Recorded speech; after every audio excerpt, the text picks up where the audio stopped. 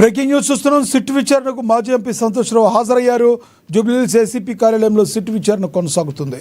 ప్రభాకర్ రావు నియామకం, ట్యాపింగ్ వ్యవహారాలపై విచారణ ఉండనున్నట్లు సమాచారం. ఇప్పటికే ఈ కేసులో మాజీ మంత్రులు కేటీఆర్, హరీష్ రావు విచారణ ఎదుర్కొన్నారు.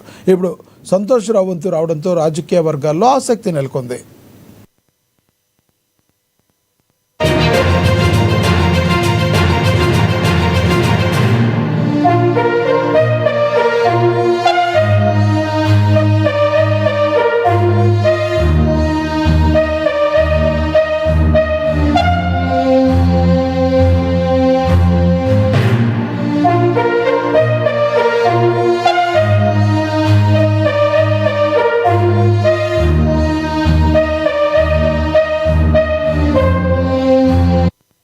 సిట్ విచారణకు మాజీ ఎంపీ సంతోష్ రావు హాజరయ్యారు.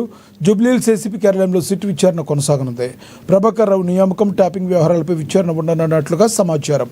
ఇప్పటికే ఈ కేసులో మాజీ మంత్రులు కేటీఆర్, హరీష్ రావు విచారణ ఎదుర్కొన్నారు. ఇప్పుడు సంతోష్ రావు వంతు రావడంతో రాజకీయ వర్గాల్లో ఆసక్తి నెలకొంది.